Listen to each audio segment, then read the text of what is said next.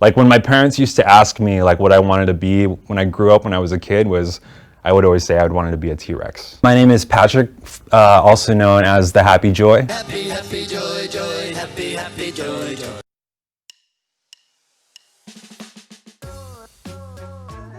I think I've been drawing since I was out of the womb. Like growing up, my mom used to take me, she used to work in medical records, so when you walked into her office, it was just nothing but paper and files. And you know, at the time, like we didn't have phones or anything, so she would just give me a stack of Xerox papers and a pencil. Loving Saturday morning cartoons, I used to draw things like, you know, Looney Tunes, Sylvester, what was the cat's name?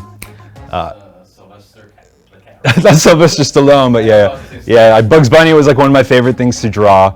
I really got into dinosaurs. I think dinosaurs was the big one that like really showed me how to like learn how to draw something specific and get good at it. And still today, like dinosaurs is my favorite thing to draw, I would say. Working on being more of a contemporary artist, that's kind of what I'm nerding out on. It's taking my interest, like I said, of, you know, enjoying cartoons as a kid and sort of finding a way to fit that into the contemporary art world. So that's why stuff's getting a little weirder. I don't really have a favorite medium. I really paint and, you know, draw with pencil, with acrylics. Right now I'm kind of doing digital, so I'm kind of all over the place. My very first show, it wasn't a solo show, it was a group show. It was in 4th Street in LA, a little place called Art Share. I was nervous because they allowed me to pretty much show everything that I had, so I had a whole hallway to myself. But at the time I couldn't afford frames, so I just literally got thumbtacks and thumbtacked all my pieces together. It was scary, man. You get real excited, you know, prepping for the show, like trying to find the placement, but when it starts and you start seeing people look at your stuff and then they start coming in with the questions, I blank out. Like my girlfriend knows, like sometimes I'll be painting something and I'll see like a commercial or, I don't know, an image, and I'm like, I gotta paint that on here now because it was so impactful for the 3 seconds that I saw it. It needs to belong in my painting. Yeah, like this one right here, like there's a little guy and a horse. I saw that, I think it was on a comic color cartoon. There's a little guy on a horse, like he was sleeping, and the horse walks past the stage with like a number or like a call sheet sort of thing. And I was like, I gotta draw that because I am that dude who's just sleeping on top of the horse doing all the work for him. And you know, to me, my art is my horse. And I'm just sort of the guy that's riding it, you know? Oh yeah. I'll show you some of these are like really early drawings. These are probably from close to a decade ago. This is when I discovered a dip pen, and I would put on MGMT every night and just go to town and just do these weird like illustrations. This one is Perseus from the Odyssey. He's not turning into stone because he's looking at Medusa's boobs, so you gotta look in the eyes. So that's that. But I used to do these like silly sort of comics. This is when I, you know, took the whole Ren and Stimpy thing and ran with it.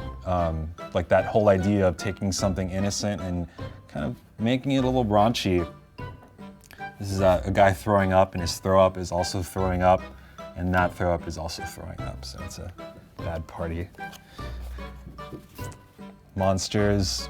Like I said, I used to draw dinosaurs all the time, and anything that was big and would destroy cities, I was always a fan of. I still think to this day they should make a simulator where you can be like a giant kaiju or a T-Rex or a dinosaur, and you just have it. That needs to happen. But yeah, weird stuff. Squirrel versus, I used to do this a lot. I used to take two things and have them fight. So this was the chipmunk versus the squirrel. And if you look real close, they have testicles like nuts. Draw a lot of nipples. So yeah, that's all like my early illustrations. There's like one with a pirate. This one I like a lot. This is from inspired from one of those, from that old acid trip video from like I think it was like the 50s, where she's like holding a hot dog and she's about to eat it and she's tripping on acid, and right when she's about to take a bite out of it, it screams and she drops it and she freaks out because the hot dog is like, oh my God, why are you trying to eat me? So this is this lady, it says, you look like a funny talking penis, but it's a hot dog. So she's probably tripping out.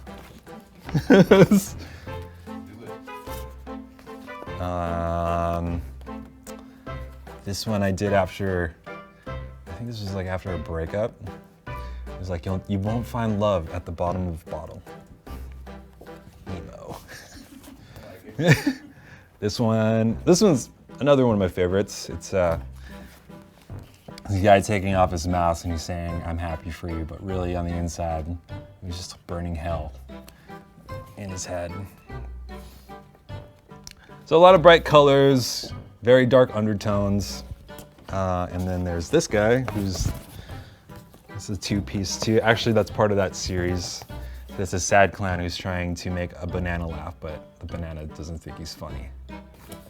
Then got some sketchbooks. I'll show you my favorite sketchbook that at the end of it, my favorite artist got to finish the final page, which was crazy. Like halfway through the sketchbook, this thing is super old, but halfway through this sketchbook, I made a promise to myself that at the very last page of the sketchbook, I'd have my favorite artist, Ed Templeton, sign it. And he did more than that. He like drew a picture. So it's cool that I have like, so this is like really when I started drawing the way I do now. This is the first page I ever used a brush pen on, which is what I use all the time. You can kind of see these things like develop a little bit. I draw a lot of feet. I don't know why. Let's see if I can find a funny one in here. Oh, so this one's called the Shit series. So it's bedtime stories with Happy Joy. Sounds like shit, looks like shit, smells like shit, tastes like shit. And for the kids, not so much, feels like shit. Also a ninja doing a kickflip. So yeah, I would say this is one of my favorite sketchbooks because this is, I think, where I sort of discovered my style and I really solidified the way I draw. So sometimes, like if I have the artist block and I don't know what to draw, I'll look back at this because, like, when I was drawing back in these days, I was a little more confident. I think like after going to art school, they really teach you how to, create your own guidelines and, work sort of in a streamlined way. But like when I was drawing, back in these days, like I literally just laid the ink down and I didn't really do an underdrawing. I just went for it.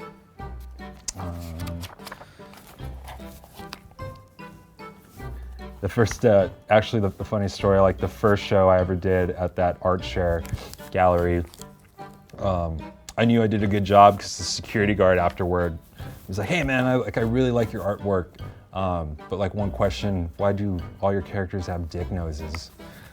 And that was the first time I realized like they do have dick noses, and I don't know why, but since you noticed that, I'm gonna keep doing it. So it's not really a dick, so it just kind of looks like one. It's not intentional, it just looks like a penis. So think however you want. More feet. He's playing a guitar, toe jam. A foot wearing a suit. I call them fancy feet because the more toes, the more hose. This is so terrible.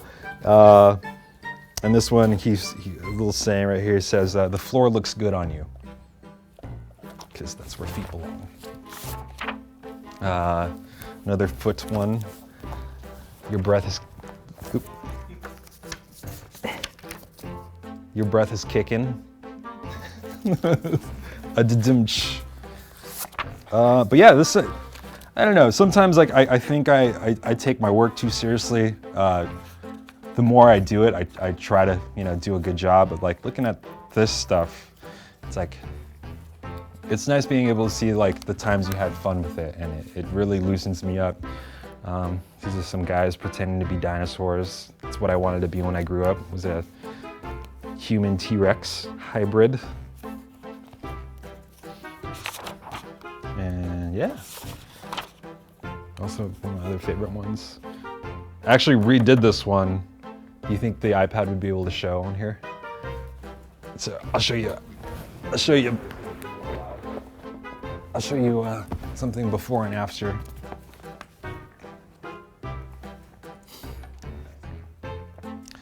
So this was probably from 8 years ago. It's like two people, their tongues are boxing. Get it? And then I like redid it. I don't know if you can see that, but they're wrestling. I'm a wrestling fan, and they're tongue wrestling. The same, man. I do an underdrawing with the iPad, or sometimes I'll find an old sketch that I did, and I'll try to just revamp it with the way I draw now, which is what I've sort of been doing. Because I have all these sketchbooks with all these drawings, but they don't really go anywhere because they're just in my sketchbook. So sometimes I'll find an old piece and I'll take a picture and, you know, trace it and then color it. But yeah, I love this thing. I was so against like digital art for a while because I guess working traditionally, you sort of have to learn the technique and you have to spend a lot of time learning it. And then digital, it kind of replicates that, and it kind of feels like you're cheating in a way, but the amount of time it takes to make a piece on this thing compared to like a sketchbook or a canvas is so fast. So like drawing on this thing really gets me in the mode of drawing like every day. So yeah, I love this. Anywhere, exactly. And there's really no excuse too, man, because like you can, the cool thing, there's certain apps on here where you can snapshot your paint palette and then like actually mix it on here. So it's amazing, man. Yeah. Procreate. You ever use Procreate? Oh yeah, Procreate, no, but I didn't know you could do that. Yeah, there's a app called Artset where you can like dabble like thick things of oil paint onto a digital canvas and then mix it. Then they have watercolors on there that actually bleed and it looks real. It's crazy. So I use it just to like, if I don't know what I'm gonna add to a canvas and I don't want to risk wasting paint, I'll just like snapshot it on the iPad and just do it on there. And if it doesn't work on there, I'm happy I didn't do it on the real thing. Yeah. That's dope work. Yeah. That's a great, like, real cause, real use in art. Yeah, I would say like the iPad has definitely like been a big tool in terms of not, because I you know, as an artist, I always try to save my materials and use them, not too much, but you know, I got to use the amount that I have to use. Like I don't like overusing paint, so the iPad definitely helps me save, you know, time and my materials too. So I'm in it. I'm in the digital world now.